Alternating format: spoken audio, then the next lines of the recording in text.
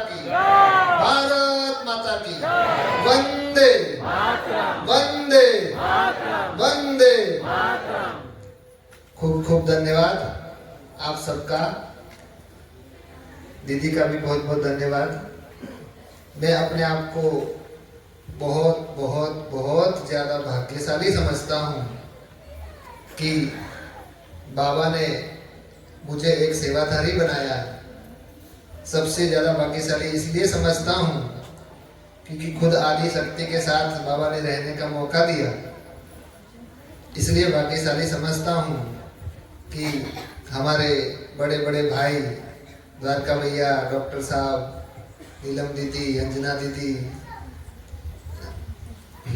जिनको मैं मम्मी बोलता हूँ नर्मदा दीदी, ऐसे ऐसी महान आत्माओं के साथ मुझे रहने का मौका मिला है, उसके लिए मैं बहुत बहुत धन्यवाद करता हूँ। और आप सभी महान आत्माएं जो एक साधारण रूप में इस धरती पर उतरे हैं, आप सब नहीं जानते हैं कि आप कितने महान हो। जिनकी मंदिरों में पूजा होती है, ऐसी महान आत्माएं आज धरती पर उतरी है, अवतरित हुई है। ऐसी महान आत्माओं को मैं दोनों हाथ जोड़ के, एक मस्तक नमा के आपको वंदन करता हूँ, प्रणाम करता हूँ। वो तो मंदिरों में प्रणाम करने जाते हैं, मैं तो चैतन्य में देख रहा हूँ कि ऐसे देवी देवताएं साक्षात धरती पर उतरे हैं। उन सबको मैं प्रणाम करता हूँ, वंदन करता हूँ। ठीक है। अनुभव मैंने वैसे अनुभव सुनाया नहीं है कभी अपना जीवन का, पर आज सुना देता हूँ। जन्म से सुनाता हूँ, शुरू से। हमारे मामा जी और हमारे चाचा हमको बताते थे कि आपका जन्म कैसे हुआ मालूम है? मैंने कहा नहीं, बताओ। बोले कि पहले आपका भाई जन्मा था, उसके 4 साल बाद कोई बेटा नहीं हुआ, 4 साल बाद हमारी बड़ी बहन हुई। तो जो हमारा बड़ा भाई था वो 13 दिन में ही एक्सपायर हो गया था। उसका नाम जय किशन रखा था, 13 दिन में एक्सपायर हो गया था। जैसे गांव में होता है ना, कोई कुछ ऐसी छठी बोलते हैं, वो ऊपर डाल के चली जाती है तो बच्चा मर जाता है, तो वैसा हुआ था। तो वो डाला था तो 13 दिन में वो एक्सपायर हो गया था भाई। फिर 4 साल बाद हमारी बड़ी बहन हुई। फिर 4 साल तक कोई बच्चा नहीं हुआ, तो हमारी दादी सब लोग मेरी मम्मी को टोंट मारते थे कि तेरे को तो बांझ रहेगी, तेरे को बेटा नहीं होगा, ऐसा वारिस नहीं मिलेगा, ऐसे ऐसे करती थी।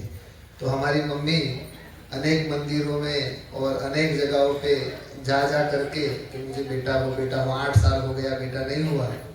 फिर 1984 में हमारा जन्म हुआ, तो उस समय लगभग 8 से 9 लोग घर के आजू बाजू 7 दिन तक पहरा दिया।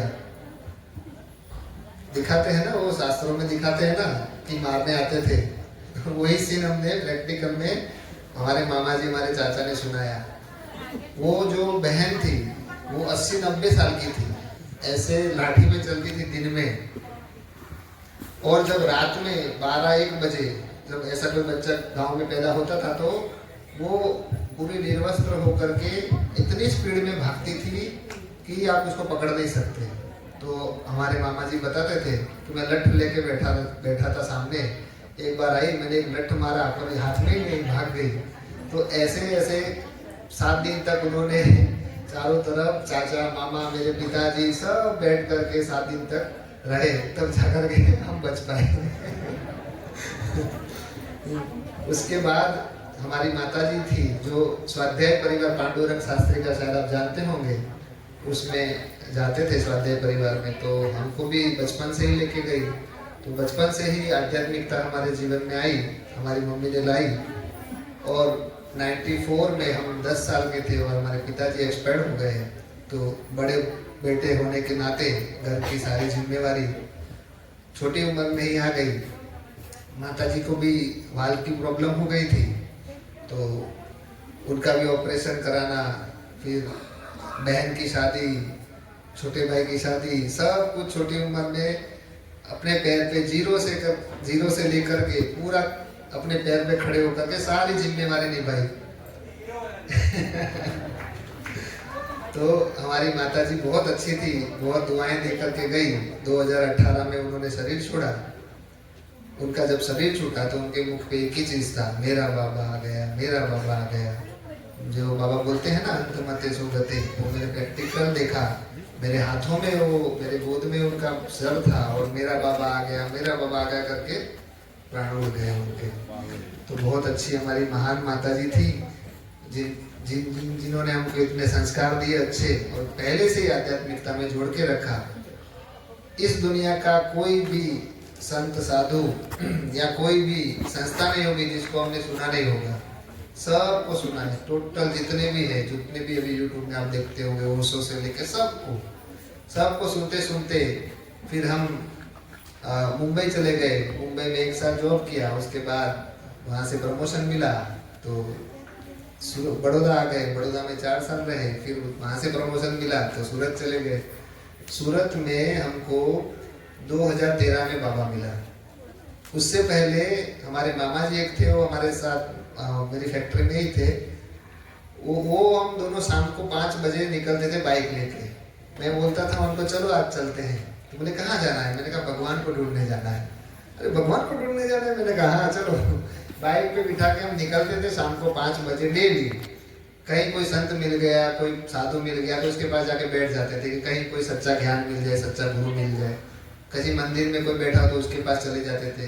कभी राधा स्वामी सत्संग में चले गए। कहीं पे भी जो प्रश्नों के उत्तर मुझे चाहिए थे वो मुझे नहीं मिल रहे थे। एक दिन क्या हुआ, मैं कंप्यूटर पे बैठा था, अचानक उसमें मैंने मेडिटेशन करके डाला और डीके उषा दीदी का क्लास, उसमें प्रवचन माला थी, वो मैं खोल रहा था और मैं डाउनलोड नहीं करना चाहता था क्योंकि उस समय इंटरनेट बहुत महंगा हुआ करता था। तो अचानक वो क्लिक हो गया और डाउनलोड होना शुरू हो गया। अब मैं उसको, क्योंकि डेटा खत्म हो जाएगा तो मैं कैंसिल कर रहा था, डाउनलोड ना हो तो डाउनलोड हो ही गया, वो कैंसिल भी नहीं हुआ। फिर उसको हमने सुना, 7 प्रवचन माला थी, मतलब पूरा कोर्स था। हमने दोपहर को 2 बजे सुनना स्टार्ट किया, पूरा दिन पूरी रात सुना, कंटिन्यूस कान में ईयरफोन लगा के। फिर दूसरे दिन सुबह तक हम सुनते रहे पूरा, क्योंकि जो मेरे को चाहिए था वो एक एक प्रश्नों के उत्तर उसी में कोर्स में मिल रहे थे। तो उषा बहन, उनको तो नहीं मालूम पर वही निमित्त बनी ज्ञान में लाने के लिए, वैसे तो बाबा ही बना है। तो उनका क्लास सुन करके फिर हमने, हाँ अब मैंने सोचा यहाँ पे जाना है। फिर ब्रह्मा कुमारी सेंटर का एड्रेस लिया, वहाँ जा करके कोर्स किया। कोर्स हमने पूरी फैमिली ने एक साथ कोर्स किया था। जैसे ही बाबा मिला 2 महीने 3 महीने तक उन्होंने आपको बताया नहीं कि ये धारणा करनी है, लहसुन प्याज नहीं खाना, ये नहीं खाना, ऐसा कुछ भी नहीं बताया। 3 महीने बाद भाई बात कर रहे थे आपस में, तो बोले लहसुन प्याज नहीं। मैंने कहा क्या बोल रहे हो? बोले हाँ। मैं, मुझे क्यों नहीं पता था ये नहीं खाना है, ऐसे चलना है। तो मैं गया दीदी के पास, दीदी आपने क्यों नहीं बताया मेरे को कि ये ऐसे ऐसे धारणा ऐसे करना है? बोलते भाई जी हम 6 महीने नहीं बताते हैं, नहीं तो लोग भाग जाते हैं। 6 महीने तक किसी को धारणा नहीं बताते। मैंने कहा बहन आप तो मेरे को देख रहे हो 3 महीने से मैं कितना लगा हुआ हूँ सुबह शाम सेवा में, हर चीज में, तो आपको आत्मा को परखने की तो शक्ति होगी ना। मैं आपसे नाराज होकर के उनसे मैंने थोड़ा सा ऐसे बात किया। फिर उस दिन से हम पूरी तरह से हर चीज जो बाबा ने की वो धारण की। 2013 में बाबा मिला, 2013 में कोर्स किया और 2013 के एंड में हमने मधुबन में बाबा मिलन किया और हर वर्ष बाबा मिलन किया। एक भी वर्ष हमने बाबा मिलन मिस नहीं किया है, हर वर्ष। फिर 2016 में हमारे पास पुरानी साकारवाणियाँ हाथ में आई, तो उसमें हमने देखा कि उसमें लिखा था आदि में साकार की लीला चली, अंत में भी साकार की लीला चलेगी। अब साकार कौन था? ब्रह्मा बाबा। अब हम निकल पड़े ब्रह्मा बाबा को ढूंढने। हमने सोचा कि उनका जन्म हुआ होगा, 84वां नहीं 85वां जन्म होगा, ऐसे सोच के। अब साकार लीला कैसे करेगा, सोचने की बात है ना। तो हमने सोचा जन्म लिया होगा। तो जो भी बोला यहाँ ब्रह्मा बाबा है, मैं ब्रह्मा बाबा पहुंच गए वहाँ पे। अच्छा ये भी नहीं है, फिर वहाँ पर वो भी नहीं, ऐसे सिलेक्ट करते करते कैंसिल करते करते करते 2018 में हमने ये सोच लिया अब कहीं ढूंढना नहीं है, अब मैं घर बैठूंगा। अब बाबा पुरुषार्थ घर से कराएगा, अब कहीं नहीं जाना है। 2020 में फिर एक बार हम बिल्डिंग के नीचे स्कूटर पे बैठे थे और व्हाट्सएप से ऐसे मैं खोल रहा था, क्योंकि मेरे पास लगभग 100-150 ग्रुप है अपने बीके के। तो मैं खोलता नहीं हूँ ज़्यादा ग्रुप, ऐसे ऐसे करा था, ग्रुप अपने आप खुला, वीडियो अपने आप प्ले हो गया, अपने आप, मतलब मैंने भी इंटेंशनली खोला नहीं था, प्ले हो गया। जैसे ही प्ले हुआ तो सीधा शिव बाबा की वाणी प्ले हो गई। मैंने सुना, मैंने कहा शिव बाबा की वाणी सुनी तो मेरे को इतना कुछ वो नहीं लगा, मैंने कहा कोई आवाज़ निकालता होगा अपने ऐसे। तुरंत उस चैनल पर जाके देखा तो उसमें दूसरी वाणी थी, वो चालू की तो ब्रह्मा बाबा की वाणी चालू हुई। जैसे सुना 1 मिनट में मेरे को निश्चय हो गया कि ये तो बाबा ही है, कंफर्म बाबा है। फिर उसमें ढूंढा मैंने, उसमें ढूंढा कि कहाँ का है, कहाँ पे बाबा आया हुआ है, तो कहीं एड्रेस नहीं मिला। फिर यूट्यूब में नीचे हमने मैसेज किए कि कोई तो मुझे मैसेज दो कि कहाँ पे बाबा आ रहा है, मोबाइल नंबर दो, एड्रेस दो, मुझे अभी बाबा से मिलना है। तो 2 दिन बाद नूतन बहन का मैसेज आया, उस समय तो नूतन बहन को नहीं जानता था, कि इस नंबर पे आप कॉल करो। फिर मैंने उनको कॉल किया तो उन्होंने बोला भाई जी आपने मैसेज किया था। मैंने कहा हाँ मुझे बाबा से मिलना है। बोले कब मिलना है? मैंने कहा अभी मिलना है। तो कहाँ से बोल रहे हो? मैंने सूरत से बोल रहा हूँ। तो बोले ठीक है फिर मैं बात करती हूँ। मैंने कहा नहीं बात नहीं करो, आप मुझे अभी मिलना है। तो बोले आप कब आ सकते हो? मैंने कहा 1 घंटे में आ सकता हूँ फ्लाइट पकड़ के। बोले अरे इनको तो ज्यादा ही नशा चढ़ा हुआ है। फिर उन्होंने बात किया कि एक भाई है ऐसे ऐसे आना चाहता है। तो उन्होंने बोला कि वहाँ पे आपको फ़ोन करेंगे भाई। जिस भाई को बोला था उन्होंने, उस भाई ने मेरे को फ़ोन नहीं किया। सुबह से शाम हो गई, फिर मैंने उनको कॉल किया, दीदी उनका फ़ोन तो आया नहीं मेरे पे। फिर उन्होंने नहीं आया, मैंने कहा नहीं आया। फिर वापस उन्होंने फ़ोन किया, फिर तीसरी बार फिर फ़ोन किया। मैंने कहा दीदी उनका फ़ोन ही नहीं आया, अभी तक नहीं आया। फिर दूसरे दिन उनका फ़ोन आया कि भाई जी आप बाबा से मिलना चाहते हैं? मैंने कहा हाँ मिलना चाहता हूँ। तो बोले कब आना चाहते हो? मैंने कहा आप अभी बोलो, मैं अभी आ जाऊँगा 2 घंटे में। बोले सर सूरत से रायपुर 2 घंटे में कैसे आओगे? मैंने कहा फ्लाइट पकड़ के आऊँगा, कैसे कहूँगा मैं आ जाऊँगा। तो उन्होंने बोला 3 तारीख था, 3 मार्च।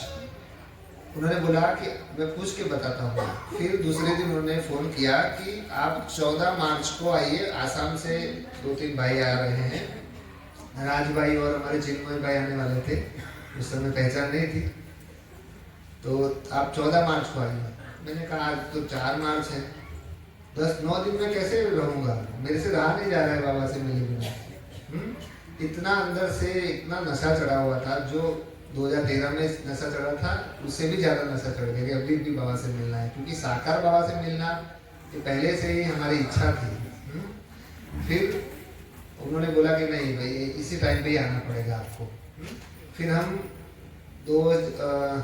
13 मार्च को शाम को हम आए रायपुर में। सुबह हो गई, 4 बज गया। अमृत वेले में बाबा के कमरे में बैठा। मैंने कहा बाबा कल से मैं आया हुआ हूँ, ना मैया मिली है। उस समय तो मैया नहीं बोलते थे, दीदी बोलते थे। ना दीदी को मिली, ना बाबा मिला है। ये क्या हो रहा है? मेरे को मिलना है। एक तो मैं 10 दिन वेट किया, यहाँ आके भी सुबह शाम को 4 से सुबह के 4 12 घंटे हो गए, कोई मिला नहीं। फिर 9 बजे बाबा आए और शिव बाबा ने आते ही बोला बच्चे अमृत वेले बैठ करके बोल रहे हैं कि अभी तक कोई मिला नहीं है। जो मैंने सोचा, जो शब्द वही बाबा बोल दिए। अब निश्चय कहाँ जाएगा बताओ आप? एकदम पक्का निश्चय हो गया। अरे मेरे मन की बात जो, मैं बाबा से अमृत वेले कमरे में कोई भी नहीं था, मैं अकेला था, मन ही मन बात करता था और बाबा ने वही शब्द बोल दिया आकर के। फिर बाबा ने टोली दी, वो महावाक्य अभी तक मुझे याद है। बाबा ने टोली देते दृष्टि देते कहा वही बाप, वही आप, वही ये टोली है। शरीर परिवर्तन हो गया पर बाप परिवर्तन नहीं होगा। ये बाबा ने सबसे पहले महावाक्य उच्चारे थे फर्स्ट टाइम जब मिले। फिर उसके बाद ब्रह्मा बाबा मिले। ब्रह्मा बाबा मिलते हैं तो क्या बात है, वो तो बात ही अलग है। उस समय तो बाबा का टोन भी एकदम अभी थोड़ा सा चेंज हुआ है। पहले तो एकदम जैसे लगता था जैसे जानकी दादी बोलते थे ना, ऐसा एकदम प्योर टोन था, एकदम सिंधी टोन। बहुत मजा आता था, बहुत अच्छा, बहुत सारा अनुभव है। शाम को क्लास होगी तो मैं आपको सुनाऊंगा अच्छे से। अभी तो मैं शॉर्टकट में सुना रहा हूँ क्योंकि समय कम है। इसके लिए शाम को क्लास करेंगे तो उसमें हम आपको जरूर पूरा अच्छे से अनुभव सुनाएंगे कि यहाँ आने के बाद कितने अनुभव हुए, बीके में अमृत वेले मैंने क्या क्या अनुभव किए हैं, बाबा से मेरी कैसे बात होती थी, क्या बाबा मेरे को दिखाते थे, साक्षात्कार बाबा ने मेरे को क्या क्या कराया, मैं सब आपको शाम को जरूर बताऊंगा 4 या 5 बजे के बीच में, जो भी डिसाइड करेंगे। ठीक है, ओम नमः शिवाय। बहुत बहुत आदरणीय भ्राता जी का हम दिल से धन्यवाद करते हैं, दिल से दुआएं देते हैं। आपके अनुभव हम सबको बहुत प्रेरणा देते हैं, हम भी बहुत कुछ सीखते हैं। अभी बस हम बाप दादा के मिलन का आवाहन करेंगे और मैं ओम ध्वनि के लिए स्टेज पर अपनी मीठी बहनों को, त्यागी तपस्वी बहनों को मैं आमंत्रित कर रही हूँ, ताकि बाप दादा हमारे आवाहन से जल्दी जल्दी आए और हमें भरपूर करें। हम आदरणीय मैया का भी इंतजार कर रहे हैं। इसी ओम ध्वनि के बीच हमारी आदरणीय मैया पहुंचेंगे और हमें बाप दादा से मिलन मनाने का सौभाग्य प्राप्त करेंगे। ऐसी मैया का हम इन एडवांस बहुत बहुत मैं दिल से पदम गुना दुआएं देते हुए धन्यवाद करती हूँ कि कितना बाबा भी बताते हैं, लेकिन सच में मैया का त्याग तपस्या बेहद की सेवा है, बेहद का त्याग है। कई बार तो ब्रह्मा बाबा 4 घंटे 5 घंटे भी बैठ करके जाते हैं, मुरली सुनाते हैं, और वो पूरा टाइम इतना समय बाबा के रथ बन करके, आज्ञाकारी बन करके कैसे उस रथ को, सूक्ष्म शरीर को अपने अंदर धारण करती हैं।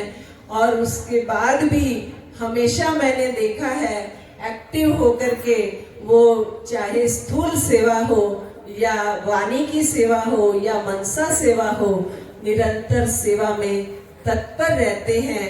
ऐसी महान हस्ती के लिए सच में मेरे मन से हर संकल्प में हर सेकंड दुआएं निकलती हैं। बाबा ने रथ चुना है तो बहुत सोच समझ करके चुना है। तो आइए हम सभी बहनें मिलकर के ओम ध्वनि करेंगे। मैं आमंत्रित करती हूँ अपनी प्यारी मीठी बहनों को, त्यागी तपस्वी बहनों को, आदरणीय चेताली दीदी, अंजना दीदी, नर्मदा दीदी, सोनिया दीदी, रेखा दीदी, संगम दीदी, करुणा दीदी, अमिता दीदी, नीलंजना दीदी को आमंत्रित करती हूँ कि आए और हम सबको ओम ध्वनि के माध्यम से हमें सशक्त करेंगी। और बाप दादा का हम सभी मिल करके आवाहन करेंगे, बाप दादा जल्दी जल्दी आए और हम सबको शक्तिशाली बनाने के लिए, हमारे को वरदानों से भरपूर करने के लिए, इस धरा पर अवतरित होने के लिए हम आवाहन करते हैं। आइए सभी बहनें हम बैठेंगे और ओम ध्वनि का उच्चारण करेंगे।